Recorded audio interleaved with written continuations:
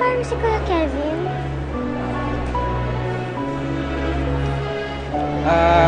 Ate, paano ba dapat? Isang dosena ba? Pula ba or tape?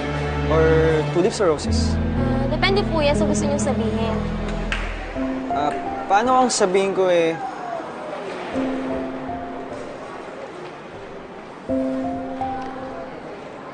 I love you and want to be here for you. Okay lang sa akin kung hanggang kaibigan lang. Sa ngayon, pero maghihintay ako. Masaya na ako, nakasama lang kita. Kung iiwasan mo ako, okay lang. Ang haba naman. Sulat na lang kaya ibigay niyo, sir. Kayo, ma'am. Ang tagal kasi mag-isip ni sir eh. Anong kailangan niyo? Darling? Wala. Nakita ko na yung kailangan ko. Sir.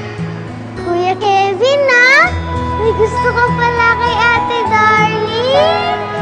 Huli ka.